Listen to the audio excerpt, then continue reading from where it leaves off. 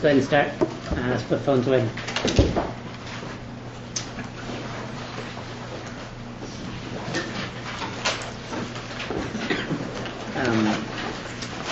Does anyone, I just want to create a little space here just for a minute if anyone feels the need to talk about the campus events of yesterday.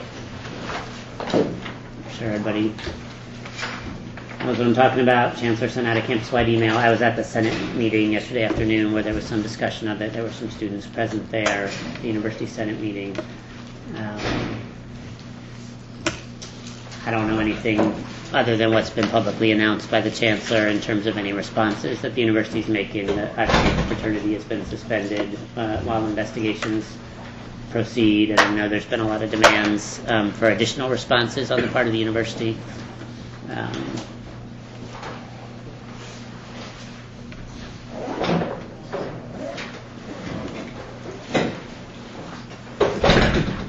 Yeah.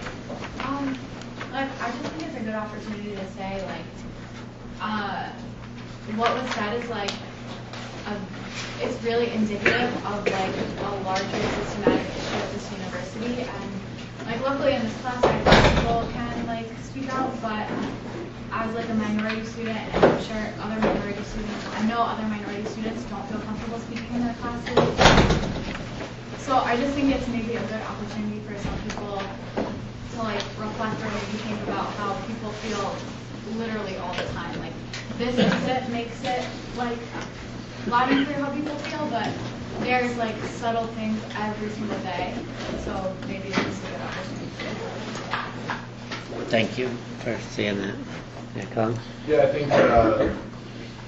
think we've seen this before. You see videos posted on news outlets, and you condemn it, but you also spend.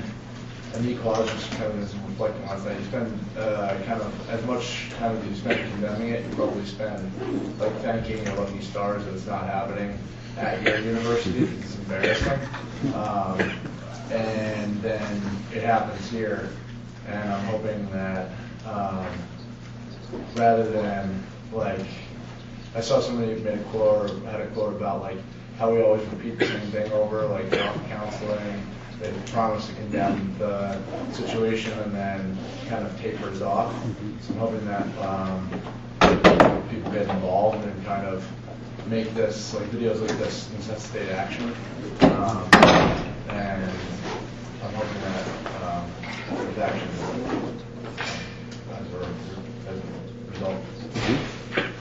Yeah, I was kind of going off of that as far as action being taken. It always seems like there's always a discussion about it whenever things news or something like that, but it always seems to be given a pass after a week or so. And especially what happens at other universities, I particularly don't care about. I care about Syracuse. I'd like to actually see action happen here at Syracuse. And I think that starts with policy, and I know probably a lot of us here that are policy studies majors. It's we could definitely do something ourselves.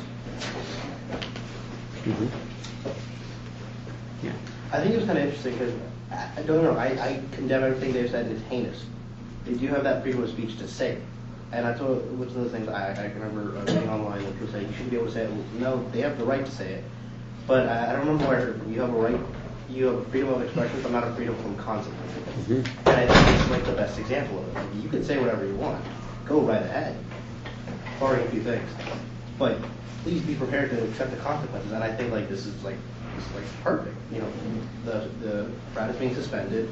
There's now being a review in of the Greek system as a whole, and I'm really happy with that.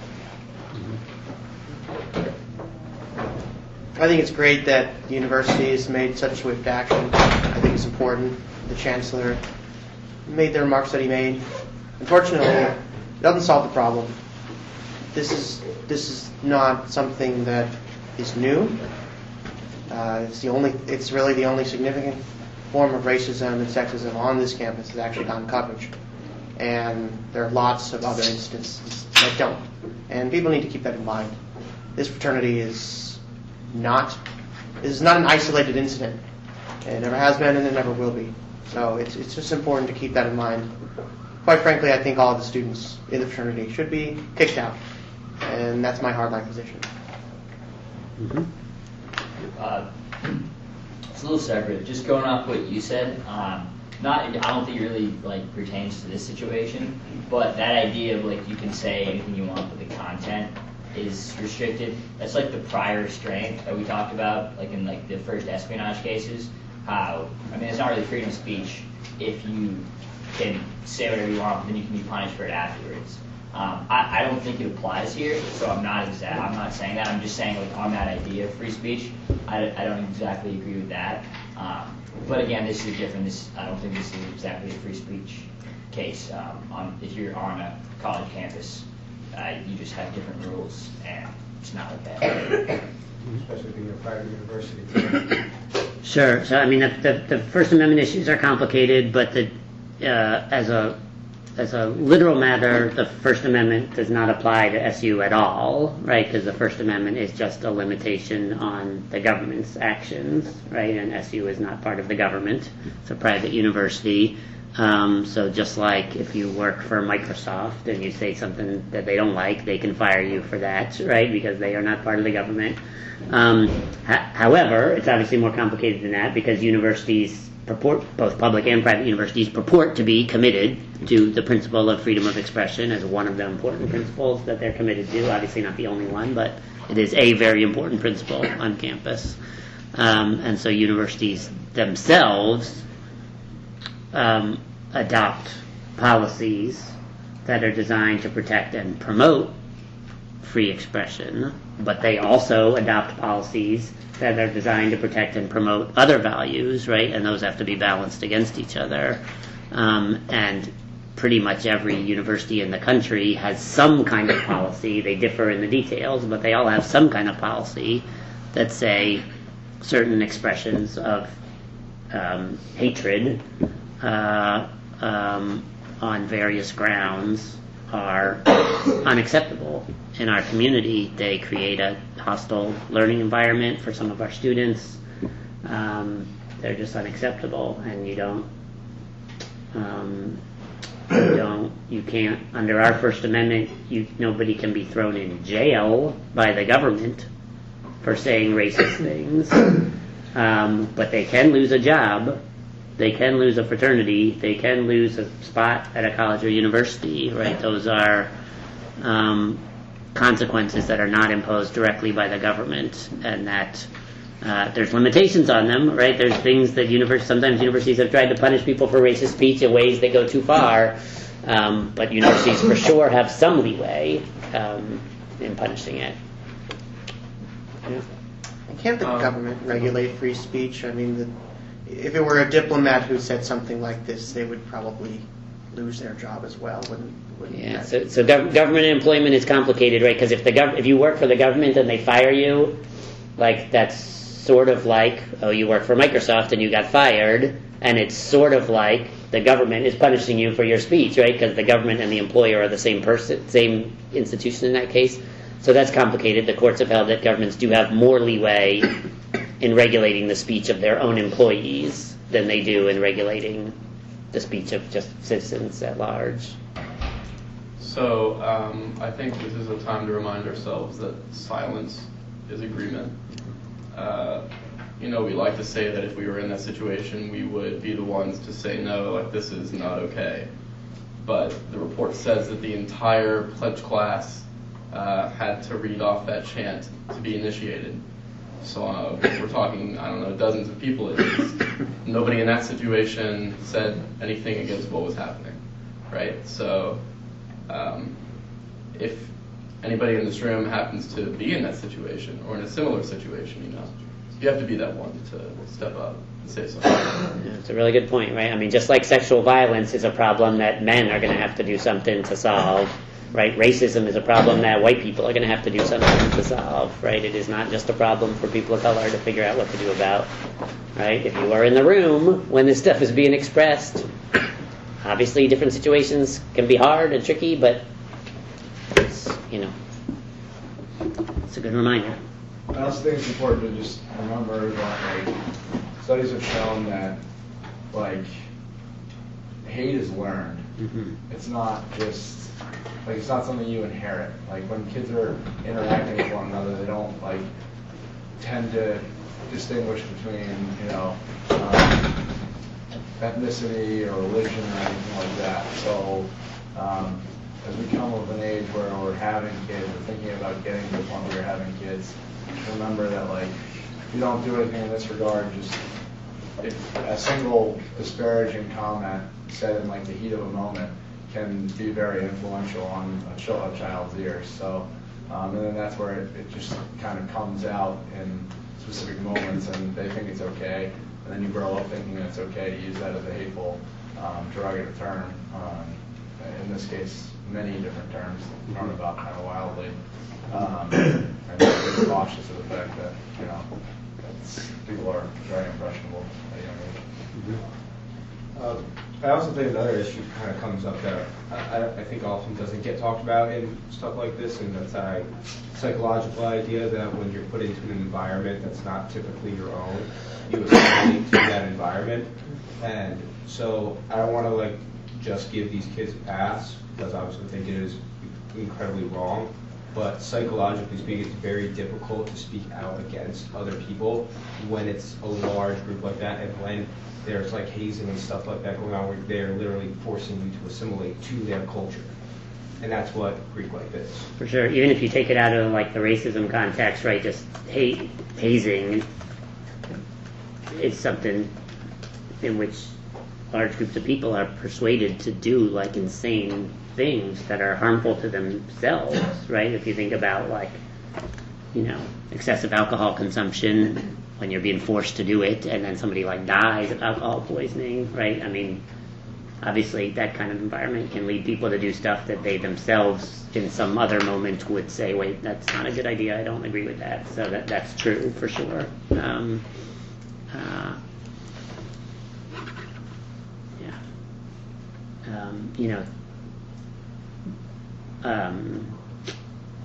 Universities are part of the broader society, and there is obviously racism and other forms of inequality in our broader society, and in some ways there has been an uptick in public expressions of racism and other forms of hatred over the past couple years.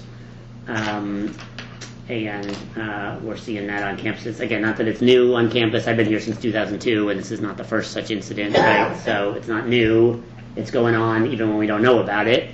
But it is also possible that there's been a little bit of an upsurge, right? Just like you can, kids, nobody's born racist, right? Some people grow up learning it in their home. Some people don't grow up learning it in their home, but they find it and learn it later from various contexts. And if we have elected officials, for example, who are publicly expressing racist ideas, that obviously creates an environment in which some people think it's going to be okay to publicly express these same ideas, and it's for sure not okay on this campus. I think the administration is taking the problem seriously, and they're doing what they can to try to come up with some effective and appropriate responses, but I think it's the job of students to hold their feet to the fire, right, and make sure that they are doing that, right.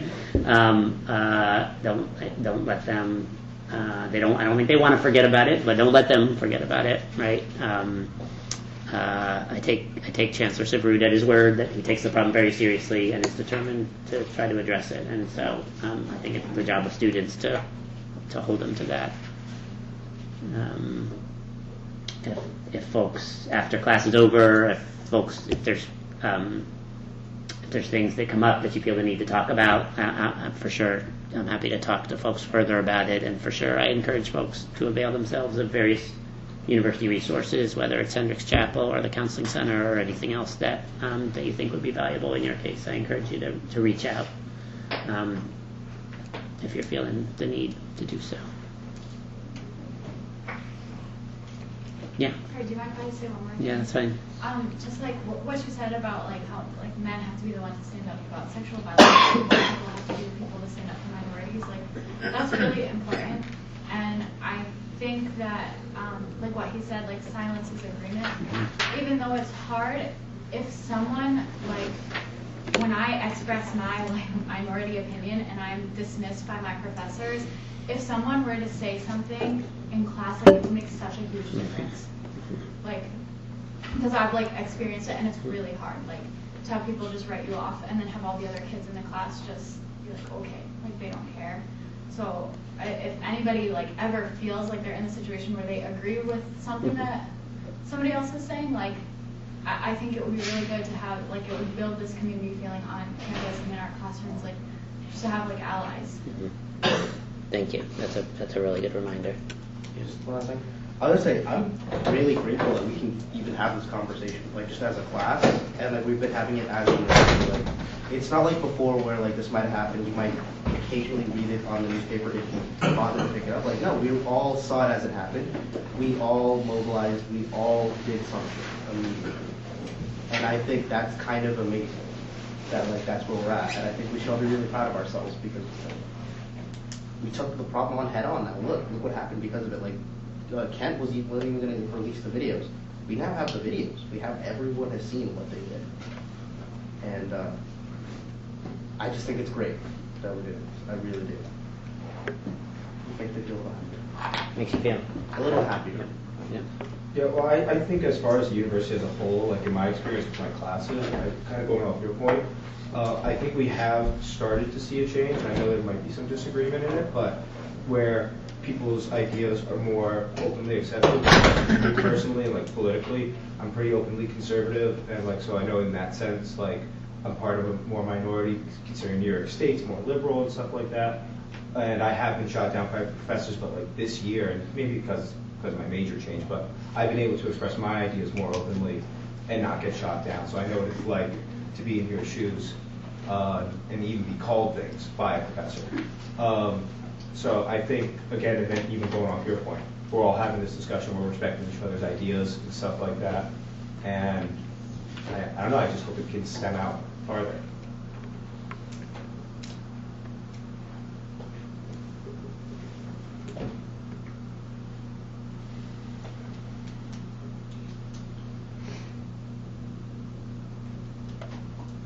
So I appreciate everyone for sharing their perspectives on this. I'm happy to, if anybody else wants to weigh in, I'm happy to make a little more time for that. And again, as I said, I'm happy to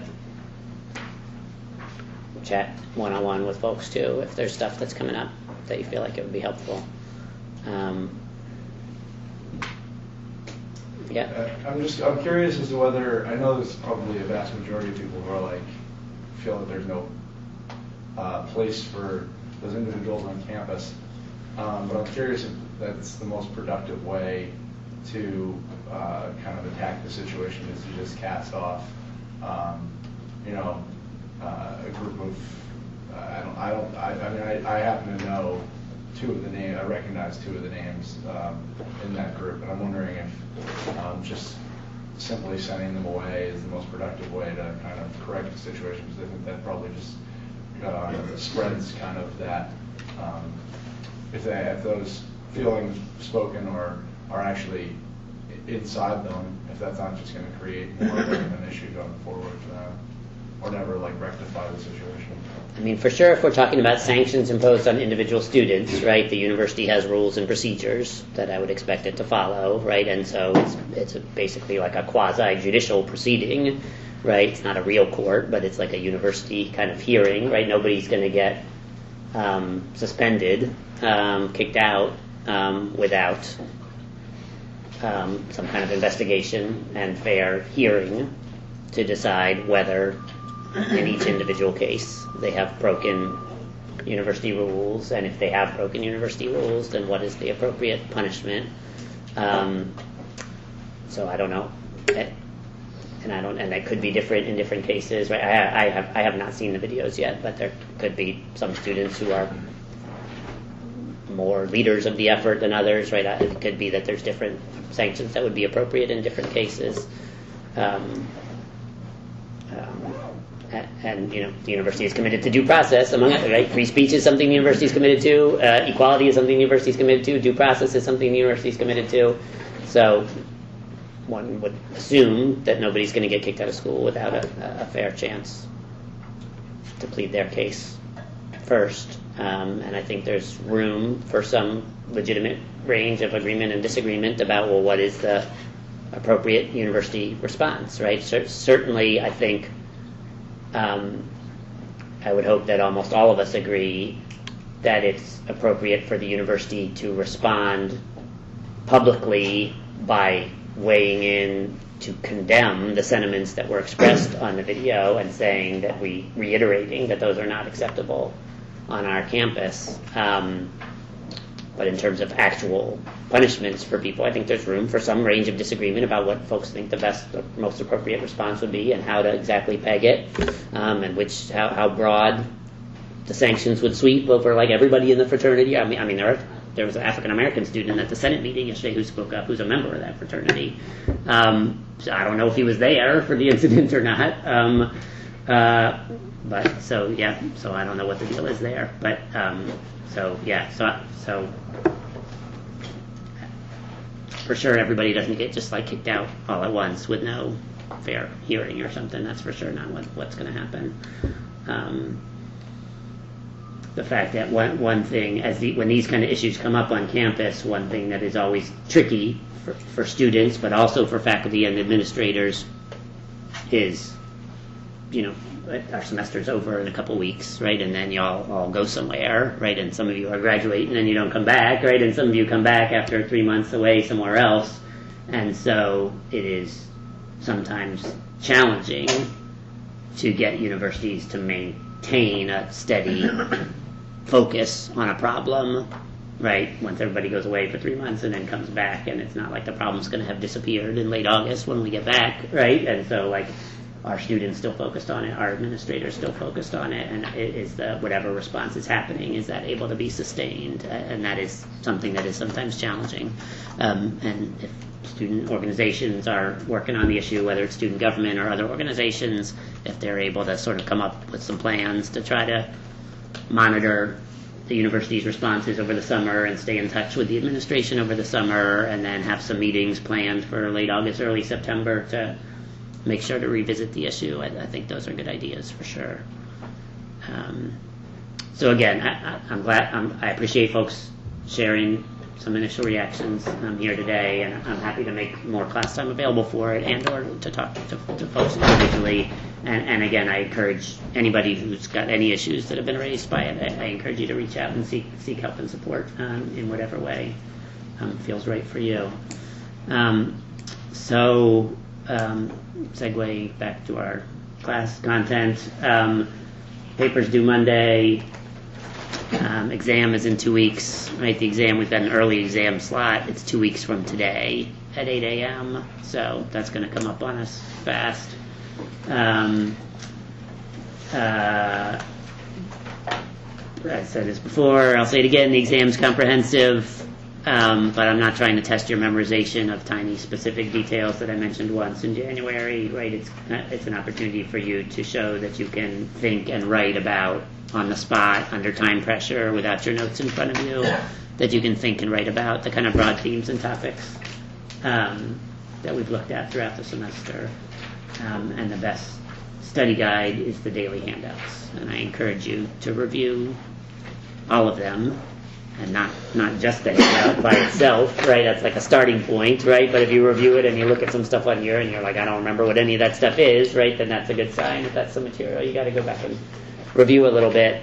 And I also encourage folks to study collaboratively, right? Get together with a friend or two or three in a group and review some of the cases together. I have found that has been helpful to students in the past. So our topic today is church and state. So as with most of our topics, it's something that we talked about in the context of the Warren Court era, right? So 1950s and 60s, there's some famous landmark decisions about the separation of church and state. And then we see the country and the court sort of move in a different direction. And then the question is, like, does the court stick in with what it said during the Warren Court era, or is it altering the constitutional law of religious freedom in some way? An issue that comes up in both the Warren Court era and more recently is the issue of school prayer, right, in a public school, right? Obviously, if you go to a private Catholic school, there's going to be prayer in the school. But if you attend a public school that is paid for by taxpayer dollars, right, should there be organized prayers of any kind going on in the school? And the Supreme Court says no in the 1960s. And that issue comes back to the court in the 80s and 90s.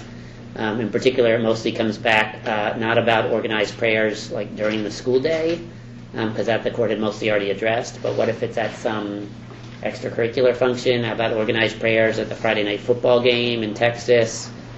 Or how about organized prayers, bless you, how about organized prayers at a public school graduation ceremony, right? Is that something that is consistent with the First Amendment or not? And then, just also by way of reminder, right, so we're talking about the First Amendment here, which has two different provisions about religious freedom that say two different things, and the relationship between the two of them is sometimes complicated. The First Amendment guarantees everybody the free exercise of religion. Right? You have the right to freely exercise your religion. The government's not supposed to punish you for that. So that sounds kind of, the way that one is phrased, it sounds kind of like the freedom of speech. Right? Just like you have the right to freedom of speech, you also have the right to free exercise of religion. Right? And sometimes they're related, right? Sometimes you're giving a religious speech, right? And the government tried to punish you for that. That might violate your freedom of speech and your freedom of religion. The other thing the First Amendment says about religion is the government shall not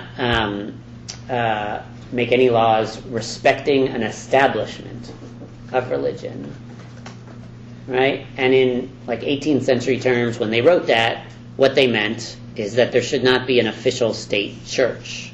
There should not be an official church of the United States, is what they meant. Like there was an official Church of England that was supported by taxpayer dollars. We don't want to do that here. We want no official Church of the United States. Nowadays, nobody really tries to set up an official Church of the United States, so the kinds of cases that come up are cases that involve some form of direct governmental support for religion.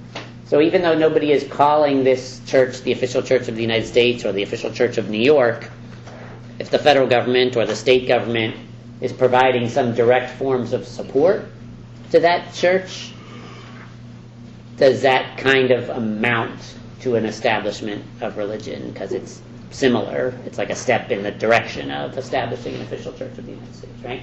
So those are issues in the Constitution. During the Warren Court era, as we've seen with many other constitutional rights, right, the court interpreted both of these things expansively, right? So free exercise clause, in the past, the court had sometimes said, well, that just means you've got the right to believe anything you want, but if you take controversial actions based on your religion, the government can still punish you for those. Or sometimes the court said, that just means the government can't directly and intentionally punish you for your religion. So it can't pass a law that says, like, Jews are not allowed to open their stores on Sunday, but it could pass a law that says everybody's not allowed to open their stores on Sunday, right? That doesn't discriminate against anybody. It's not targeted at anybody's religion. But of course, if you are Jewish and observant, your Sabbath is Saturday, right? So your shop is closed then, and now the government's making you shut for the rest of the weekend too, right? And so in the 1960s, the court starts interpreting that more expansively, and they start to say, no, even if it doesn't directly single out somebody's religion, even if it's neutral, if its effect is to directly inhibit somebody's exercise of their religion, then that's unconstitutional too, right? And on the Establishment Clause, the court says, even if the government has not set up an official state church of New York or an official church of the United States, if the government is providing direct support to particular religious organizations, that violates the Establishment Clause. And there are at least two different forms that kind of direct governmental support can take. Sometimes what we're talking about is money, right? Can taxpayer dollars go to a church? And sometimes what we're talking about is something a little bit vaguer than money, but just like public endorsement, right? Can governmental officials stand up in front of the citizens and endorse some particular set of religious beliefs? And the court in the 1960s and 70s starts to say, no, there's a lot of circumstances in which government's not allowed to do that, right? They start to interpret and apply both of these provisions of the First Amendment more actively. One of the landmark cases that we talked briefly about before was from 1971, so it's technically a little bit after the war in court. It was called Lemon versus Kurtzman, and it's famous among lawyers because lawyers and judges would always talk about the Lemon test, right? Meaning that this particular three-part test that the court had developed in that case, Lemon versus Kurtzman. It was a case about governmental funding for religious schools. And the court said, well, what we want to know is, does the law have a secular purpose? Is its primary effect to advance or inhibit religion? And does it foster excessive governmental entanglement with religion? We want to ask all three of those questions. And if the law does not have a secular purpose, or its primary effect is to advance or inhibit religion, or it fosters excessive governmental entanglement with religion, then it's unconstitutional. Violates the Establishment Clause. In the 1980s, conservative lawyers and judges argue that all of these decisions are wrong. Right? They object to all of them. They think that the court in the 1960s was going too far in trying to impose a strict separation of church and state. And conservative lawyers and judges, conservative judges at first made these kind of arguments in dissenting opinions. Right? I'll give you a couple examples. In a case in 1987, a case called Edwards versus Aguillard, in 1987, Louisiana had enacted a law which prohibited the teaching of the theory of evolution in public schools unless it was accompanied by instruction in the theory of creation science, which is not a thing as far as scientists are concerned. There is no creation science, but some devout Christians believe that the literal word of the Bible is true, right? The earth is 6,000 years old, or whatever it is. All the animals were all created at once by the hand of God. And you have to teach those ideas side by side with evolution in public schools in Louisiana. Supreme Court strikes this law down. It has no secular purpose, the Supreme Court says. There is no the sole purpose of this law is a religious purpose. Right? It has no secular purpose at all. And so it violates the Lemon test. But Justice Scalia and Chief Justice Rehnquist dissented. And they said the court's going too far in imposing a strict separation of church and state. In its application of the Lemon test, the court seems to be implying that all laws with religious purposes are unconstitutional, which can't be right. Scalia and Rehnquist argued. The murder laws originally had some religious purpose. It's in the Ten Commandments, right? That doesn't make them unconstitutional. I'm not totally sure Scalia and Rehnquist are fairly characterizing the majority's argument here, right? Because they are not trying to say that all laws that have a religious purpose are unconstitutional. They are trying to say all laws that lack a secular purpose are unconstitutional, because many laws have both. The murder laws have both, right? Many of us think that murder is wrong in part because we believe that all humans are created in God's image and all have the right to live out their life to its full course. Right? Many of us also think the murder laws are wrong because it is obviously just wrong, and as a matter of public safety, right? Folks should not be killing each other, and whether you have any religious beliefs at all, you could say that that is a matter of public safety that the government should be doing something about, right? So if it's got both a secular and a religious purpose, that's one thing. But the majority in the Louisiana case says there's no secular purpose here. The sole purpose of the law, sole purpose, is religious. In a case a couple years earlier, called Wallace versus Jaffrey, the school prayer issue came back to the Supreme Court. Alabama passed a law that required each school day to begin with a moment of silent prayer or meditation. This was an effort to get around the court's school prayer decisions, right? They're not allowed, right? The decisions from the 1960s said, like teachers aren't allowed to lead all the students in prayer, that kind of thing. State education officials should not be writing prayers and then sending them out to public schools around the state and telling them this is the one they should use. So Alabama didn't do that. They just said each school day should begin with a moment of silent prayer or meditation, is what the phrase in the law said. And the Supreme Court struck it down. And in this one too, they said there is no secular purpose. Right? Our reading of the legislative history and purpose of this law is that its sole purpose was to express the state's endorsement of Christian prayer. And the reason that they wrote or meditation in the law is because they were trying to get the law upheld in court, right? So by claiming that it's not just about prayer, but in fact the law was motivated by a desire to allow the state schools to continue conducting Christian prayers at the start of the school day. Justice Rehnquist dissented in that one too. Justice Scalia wasn't on the court yet for this one. This is 1985. Justice Rehnquist dissented, and he said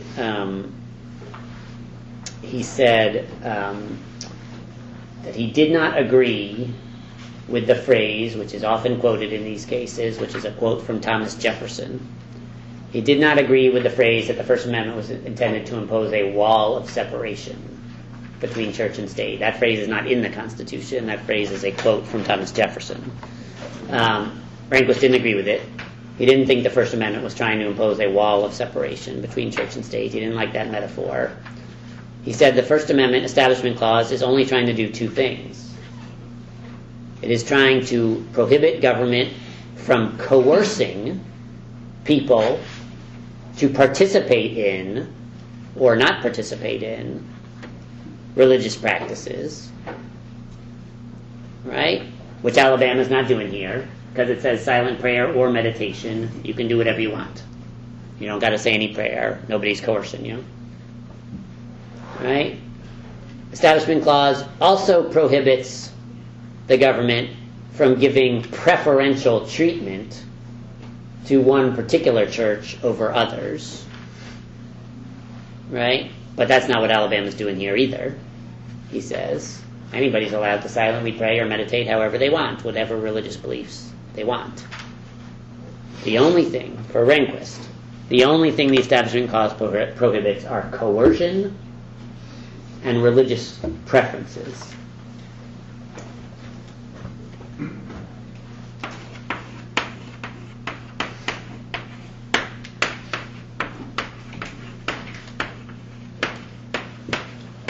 Now remember, he's in dissent here. The majority agrees that those things are prohibited.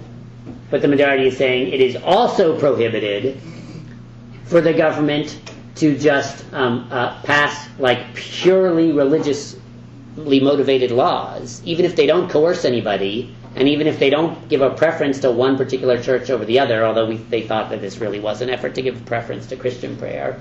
But it's still prohibited if it's just blatant governmental support for religion.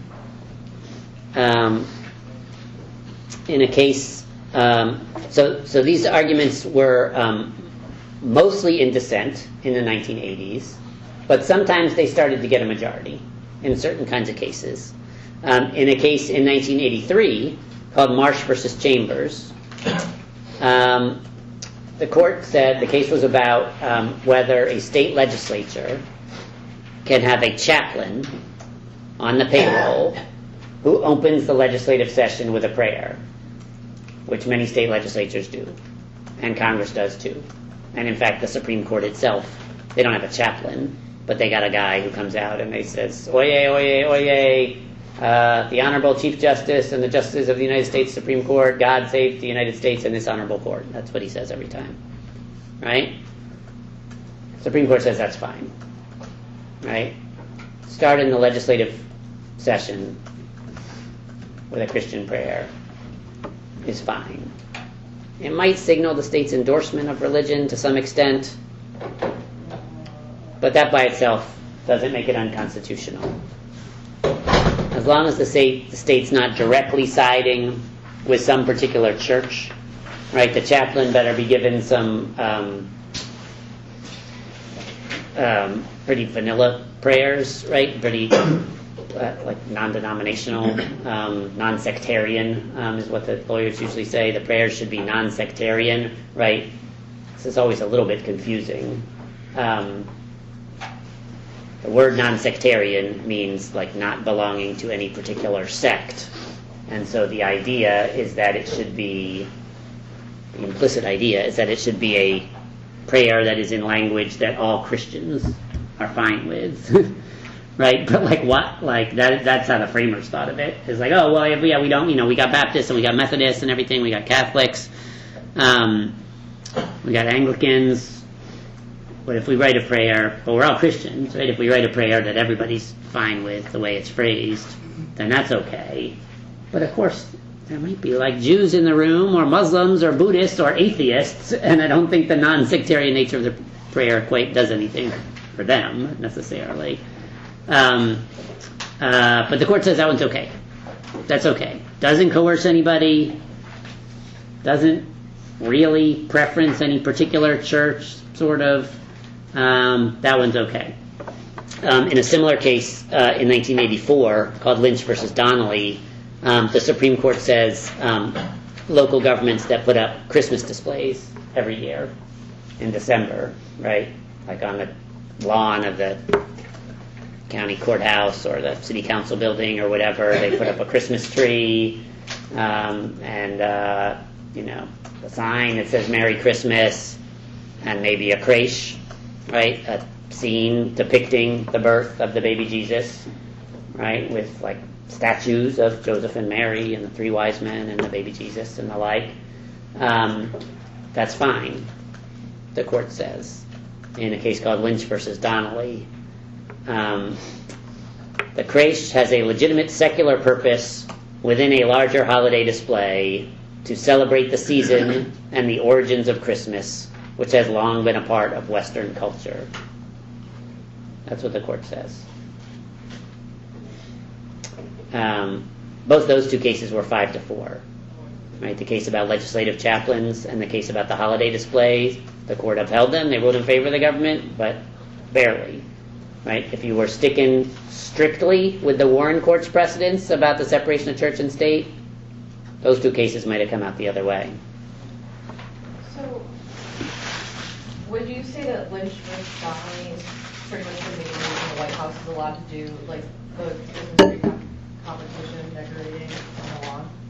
Yeah. I mean, the White House and various other units of the state and federal governments were doing this kind of stuff before Lynch versus Donnelly, so it's but if Lynch versus Donnelly had come out the other way, then there may have been some changes in practices that would have been necessary, which is part of the reason why it doesn't come out the other way. Right? Scalia is not on the court for this one yet either, but Scalia says this over and over again in some of these cases. He says, if the thing that we're looking at here in court, right, the dispute that brought this here to court, the practice that we're talking about, is a practice that we have been doing for our whole country's history, right? Have there been legislative chaplains for our whole country's history? Yes. Right? Have we said, God save the United States in this honorable court for our court's whole history? Yes. Have we had like non-sectarian prayers at like public occasions, like graduation ceremonies and the like? Yes. And he's like, if that's the case, if it's been a long-standing tradition and practice in our society that was always considered legal and constitutional, then for Scalia, he says, it doesn't make any sense to me that we would say all of a sudden you're not allowed to do that. Right? Oh, the White House, the president has issued like Thanksgiving Day proclamations like every year since George Washington, which almost always like invoke God, God's blessing on this country and the like. How could that be unconstitutional all of a sudden, right? First Amendment says the same thing it always said, so we don't want to strike down that long-standing practice. Before the justices in Lynch are like, no, yeah, I understand it's a long-standing practice, and sometimes our practices fall short of our principles, and the principle that is being called to our attention here in this case, nobody brought one of these cases to us before, so we didn't strike it down before, but now that you are putting it on our table, this is not constitutional. Right? A holiday display depicting the birth of the baby Jesus.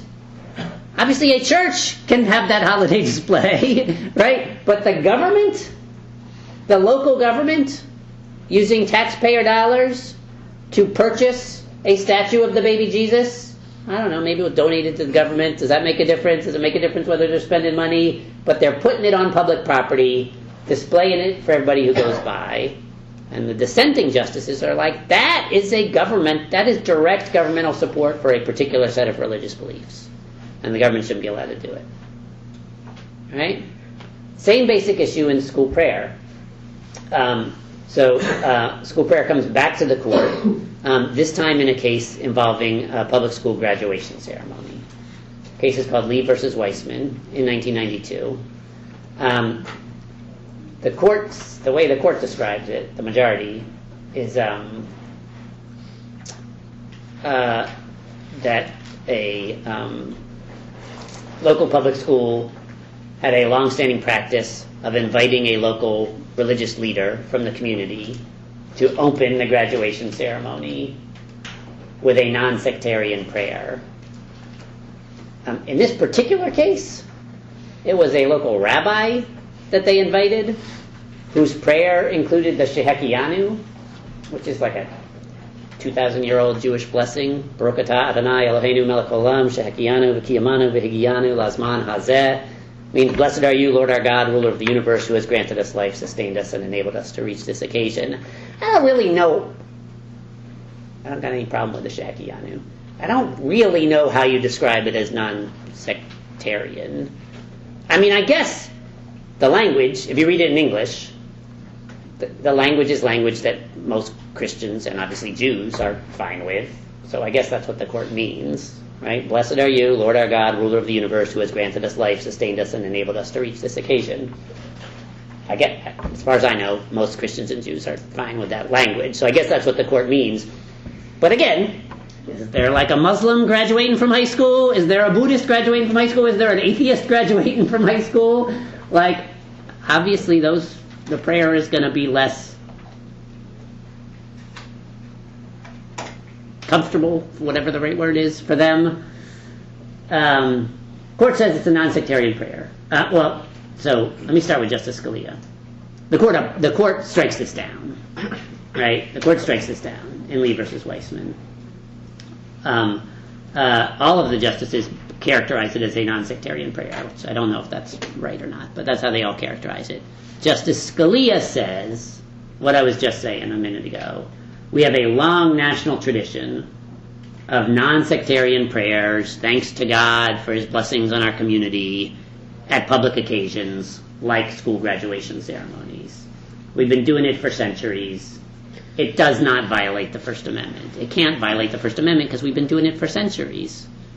Right? It doesn't coerce anybody. Nobody has to recite the prayer with the rabbi. Right? It doesn't, I guess, preference any one religion over another if you think of it as not that we're leading everybody in a Jewish prayer this year, but that we are leading everybody in a non-sectarian prayer with a pretty generic language or whatever about thanks to God. And so it's not unconstitutional, Scalia says. But he's in dissent in this one. And the court strikes down the prayer, and they reiterate the holdings from the 1960s, and they say, this is an overly narrow interpretation of the First Amendment Establishment Clause. Those things are prohibited. Yes, we all agree those things are prohibited. But even if it is non-coercive, and even if it doesn't directly preference one particular church over another, if it is blatant governmental support for religion, it violates the Establishment Clause. One of the words that Justice Souter and O'Connor use a lot in their opinions in these cases is if it expresses a direct government endorsement of religion, it violates the Establishment Clause.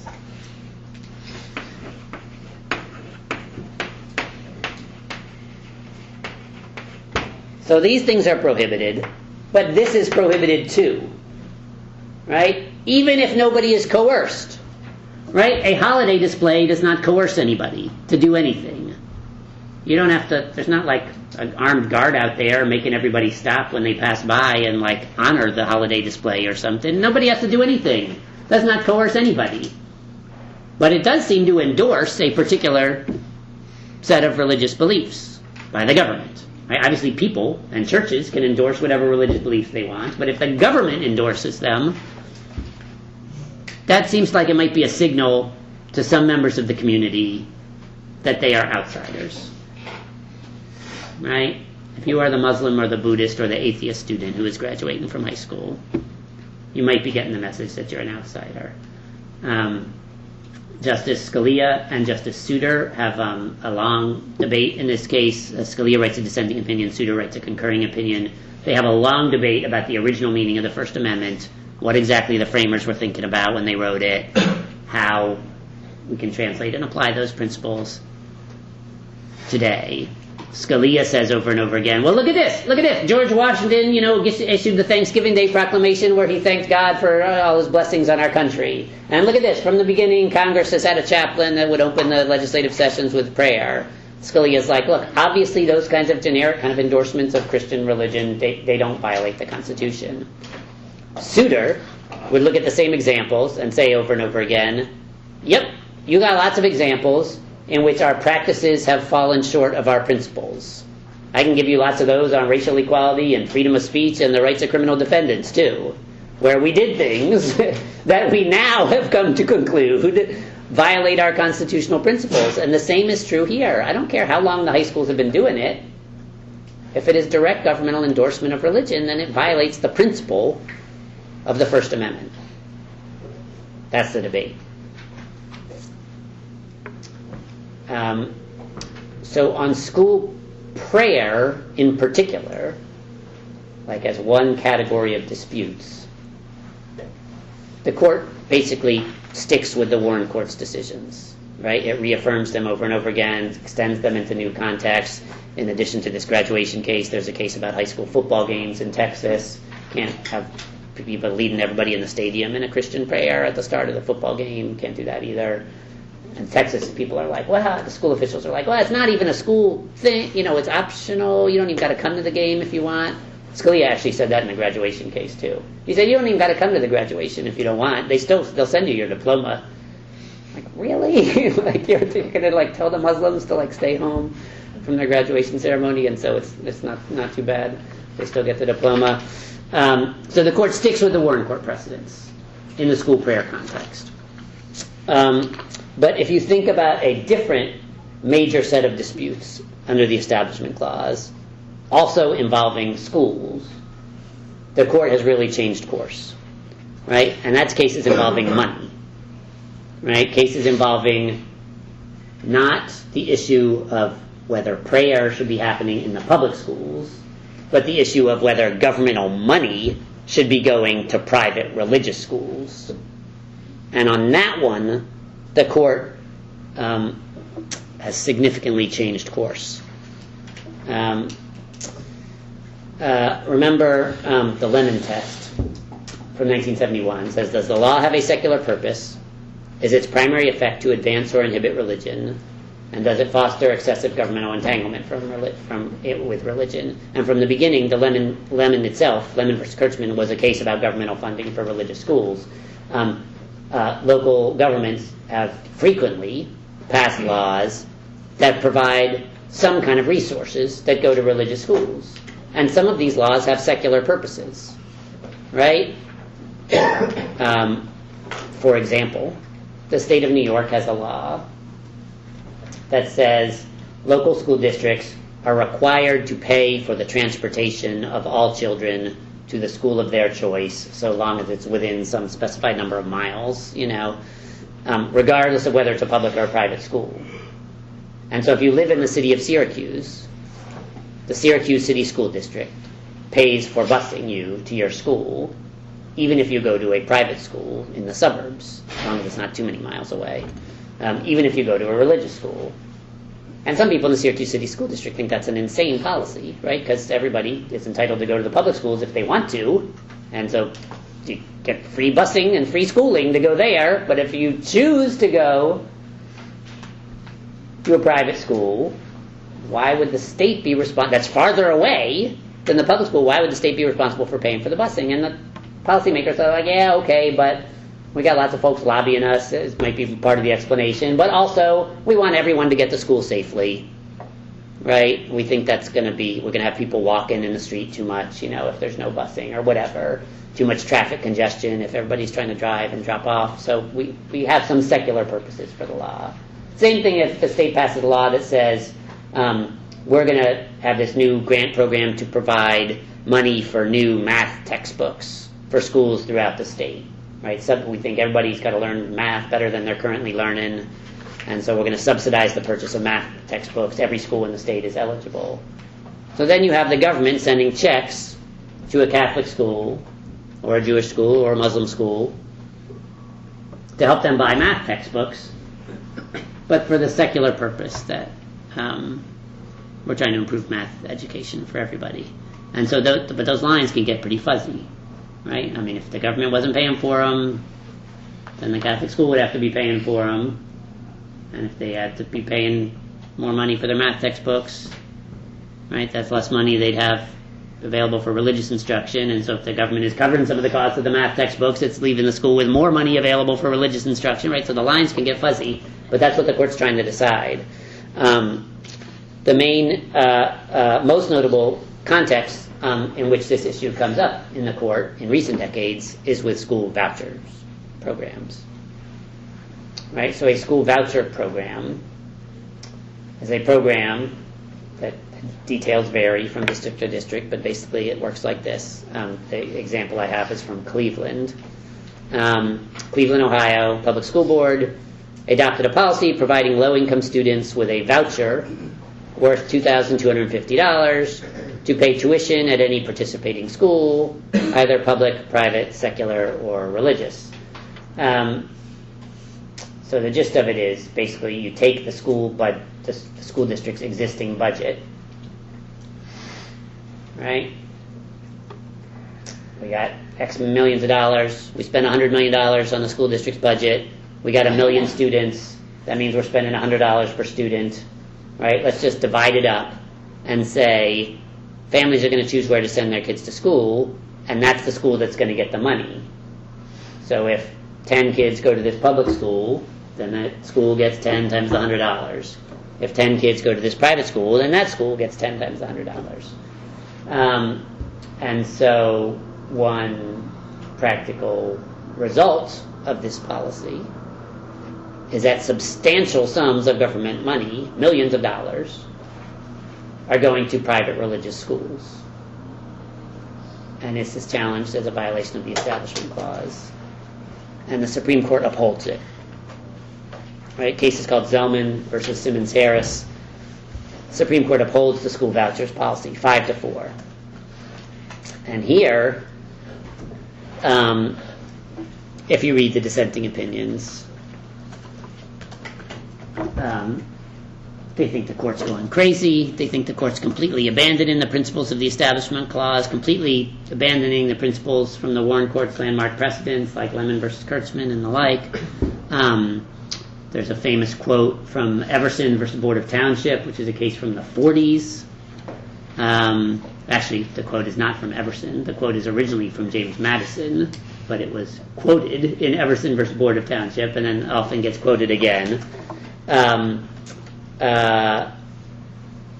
No tax in any amount, large or small, can be levied to support any religious activities or institutions, whatever they may be called, or whatever form they may adopt to teach or practice religion.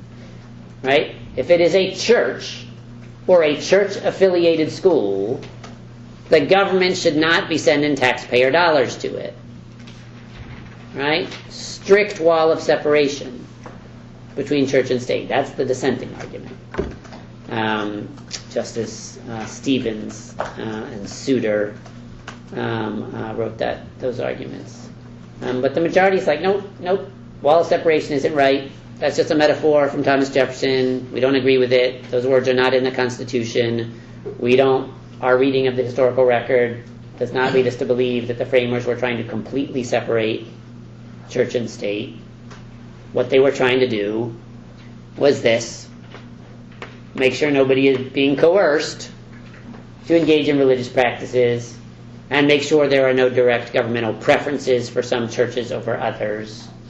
And this policy looks fine on those fronts. Nobody is coerced to participate in any way. You can just keep going to public school if you want. And the policy is open to all participating schools, right?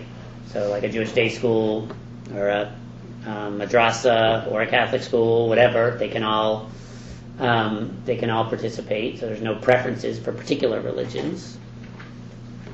So it's not unconstitutional. And it's not even really quite right, the majority says, to say that the government is funding religious schools, because the religious schools only get the money if the families decide to send their kids there.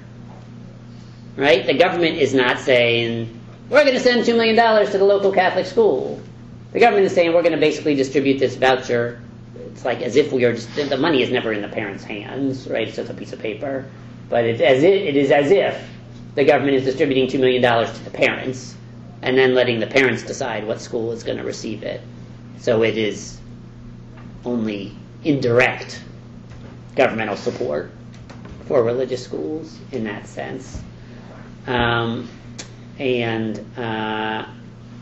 here's what Rehnquist says in the majority opinion.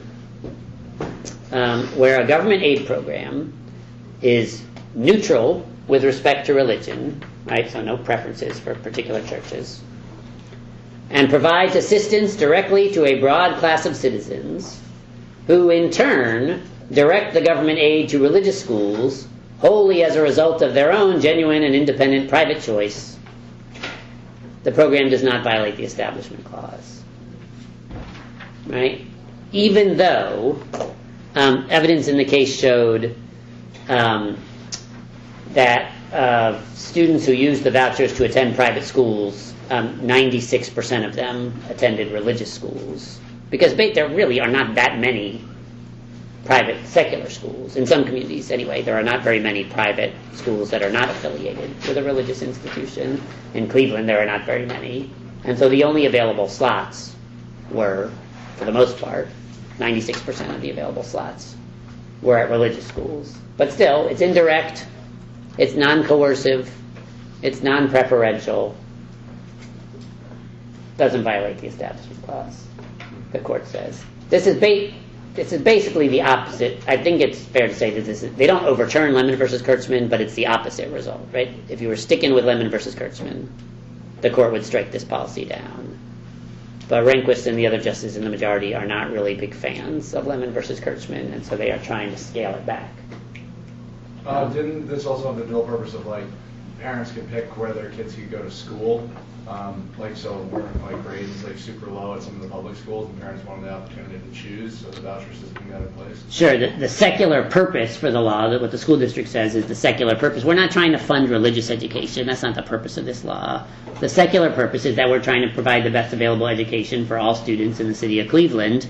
If you live in the city of Cleveland and you are rich, right, you have some choices, right? If the local public school doesn't appeal to you and your family, then you can pay to send your kid to a private school. But if you live in the city of Cleveland and you can't afford a private school on your own, then you don't really have any choice, right? And if your local public school is not doing well, we are trying to give your family the same degree of choice or a similar degree of choice as a wealthier family would have. And so that is a secular purpose. You could agree with it or disagree with it on policy grounds, right? There's problems with it, like, well, there's not really enough money available or enough slots in private schools available for all of the kids in Cleveland to go to private schools. And so the vast majority of kids in Cleveland are still going to be in the public schools, but now you are taking some resources away from the public schools and sending them to a private school. So there's policy debates you could have there, but it's clearly a secular purpose, right? The purpose is not to fund religious education. The purpose is to fund school choice and give people more opportunities to attend better schools if their neighborhood public school is not doing well. That's clearly a secular purpose. But the second part of the lemon test, remember that lemon test has three parts. One of them is secular purpose. Second one is its primary effect to advance or inhibit religion. Souter says the primary effect of this is to advance religion. 96% of the money is going to private religious schools, right? Millions and millions and millions of dollars of school district funding going to support mostly Catholic schools, because that's what most of the available schools were. Lots and lots and lots of effect in supporting religious institutions. But, again, the majority is scaling that back. Last case I wanted to... so I guess one other point on this one. So one of the things the dissenters emphasized is that given that Cleveland public schools, many people thought, weren't doing that great, right? And so there were some families, for sure, in Cleveland who wanted to explore any additional alternatives that might be available for their kids. And given the way this policy was set up, and given that the vast majority of available seats at private schools are in religious schools, the practical result of the policy is that the government is paying for many Cleveland residents to go to private religious schools even though they are not affiliated with that religion. Right? You don't have to be Catholic to go to Catholic school, right? But you do have to attend the Catholic religion classes when you are at the school, right? And so the practical result is that the government is funding religious indoctrination of one religion, of the beliefs of one religion, to non-adherents of that religion who are not forced, it's not really coercion, nobody's forced to participate, but they are incentivized to send their kids to this Catholic school because we think it's providing a better education, and so I want my kid to get the best math and reading education available, and so I guess they're going to have to sit through the Bible classes too, even though we're Muslim, right? Because that's the only option that's available. So that's one practical result, but the court still says it's okay because it's non-coercive and non-preferential. Last case I wanted to mention is one from just last year. It's about a slightly different issue, and it's an issue that we will partly talk about more next time too. But it's a real. I think it's a nice illustration of something. One of the dilemmas that the court has in these cases. So remember, two different provisions in the First Amendment about religion. One of them says government can't inhibit your free exercise of religion. The other one says government can't establish a religion.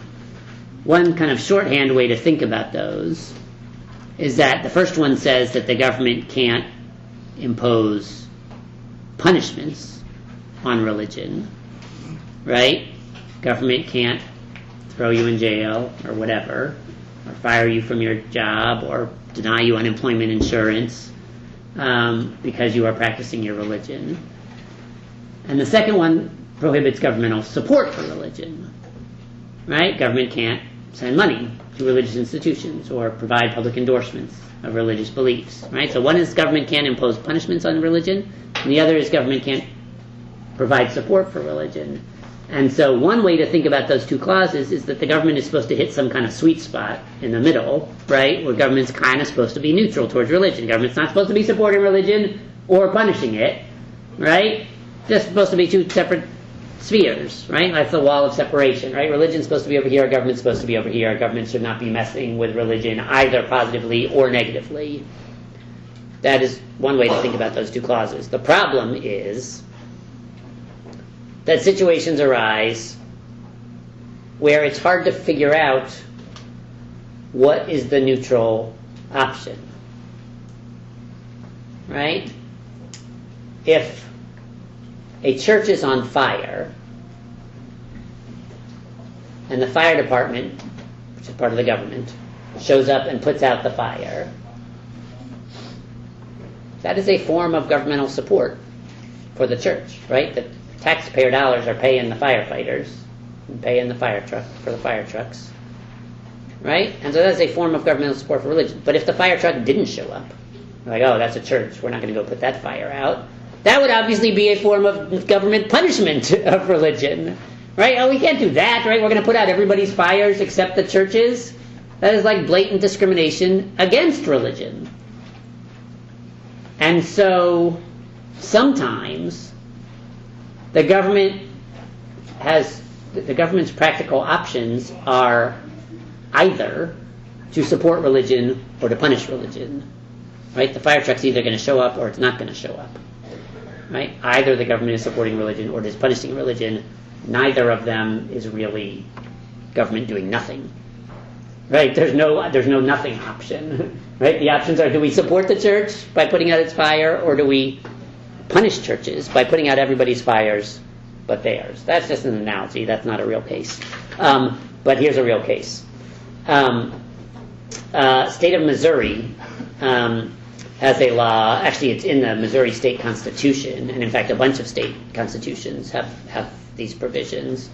I think 38 states have one of these. It's basically a version of the Establishment Clause, but it's stricter. And it prohibits any governmental funding from going to educational institutions that have a religious affiliation. Right? Some people say that's what the Establishment Clause prohibits too, but this is explicit. Right? It says in the state of Missouri, there can be no state funding sent to any educational institution that has a religious affiliation. Part of the motivation for all these state constitutional amendments that were enacted like in the mid-20th century was anti-Catholic discrimination. We don't want state funding going to Catholic schools. That was part of the motivation. The Trinity Lutheran Church in Missouri had a preschool, right? They operated a preschool, right? So we're not talking about the church itself. We're talking about the preschool that's on the church's grounds. And the preschool had a playground. And the state of Missouri, like the Department of Public Safety or something, I don't know, announced a grant program that said, actually, in fact, I think it was like the Department of like Waste and Sanitation or Transportation. It was partly a recycling program was the goal of this program. They had a program, they said, we got too many people like dumping old tires like in empty lots or whatever when they take the tires off their cars. We're trying to encourage the recycling of tires by, we'll pay a little bit of money for people to drop off their old tires, and then we'll recycle them into something useful. And one of the useful things that you can make old tires into is playground surfaces, right? Those kind of like rubberized surfaces where when the kid falls off the monkey bars and lands on his head, right, it doesn't hurt quite as much. And so they set up a grants program. Anybody that has a playground can apply for one of these grants where we will subsidize the cost of you replacing the blacktop with this recycled tire surface. And then we're getting some of the recycled tires out of all the abandoned lots, right? Bonus for everybody. Trinity Lutheran Church preschool applies for one of these grants and gets denied. because the state says, oh, you guys are an educational institution affiliated with a church, so we are not allowed to send you a check to subsidize your purchase of a new playground surface. Right? And the church goes to court and says, this violates the Constitution, you're discriminating against our religion. And there's two different ways to think about this dispute. From one angle, the government is violating the free exercise of religion of the Trinity Lutheran Church. Anybody in the state of Missouri who operates a playground is eligible for this grant unless you are affiliated with a church? That doesn't sound fair. Like my secular preschool next door can get a fancy new playground surface with the state's help, but the religious preschool's playground can't? Sounds like the government's discriminating against religion. The government is punishing this church because it is a religious institution. That is one way to think about the dispute. The other way to think about the dispute is the government allowed to send money to religious institutions? Right? Under the Lemon Test, there are supposed to be strict limits on that. Right? This is a church. It is a preschool that is operated by and at a church. Right? I know we're not sending money for them to buy Bibles. We're just sending money for playground equipment. But there are supposed to be strict limits under the Establishment Clause on governmental funding going to religious institutions. The majority of the Supreme Court rules in favor of the church. Cases Trinity Lutheran versus Comer from just last year. And if you read Chief Justice Roberts' majority opinion, it's entirely about the Free Exercise Clause, right? Which we haven't talked about very much today. We've talked mostly about the Establishment Clause. But Free Exercise Clause, government can't be singling out this church for disfavored treatment. Everybody else is eligible for the grant program except for a church. That is like saying, we will put out everybody's fires unless it's a church on fire. Right? How is that fair? That blatantly discriminates against religion. The dissenters, Justice Sonia Sotomayor writes a dissent. She's like, this is not about the Free Exercise Clause. This is about the Establishment Clause.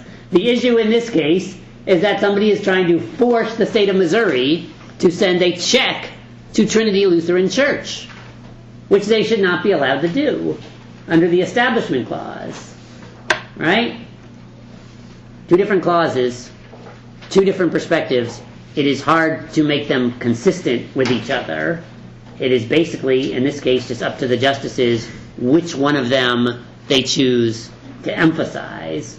Chief Justice Roberts emphasizes free exercise and rules for the church. Justice Sotomayor says this is the first time in this court's history that we are saying that the Constitution requires a government agency to send money to a church. Not just that they're allowed to in some circumstances, but the majority opinion said they are required to send this check to the church. Otherwise, it would be discriminating against religion. Next week, we're going to spend one more day on religious stuff. And next week's cases focus more on the Free Exercise Clause. Today we focus more on the Establishment Clause. Next week we're going to focus more on the Free Exercise Clause. But keep in the back of your mind that there's always the sort of relationship between both of these clauses and how they fit together. That's all.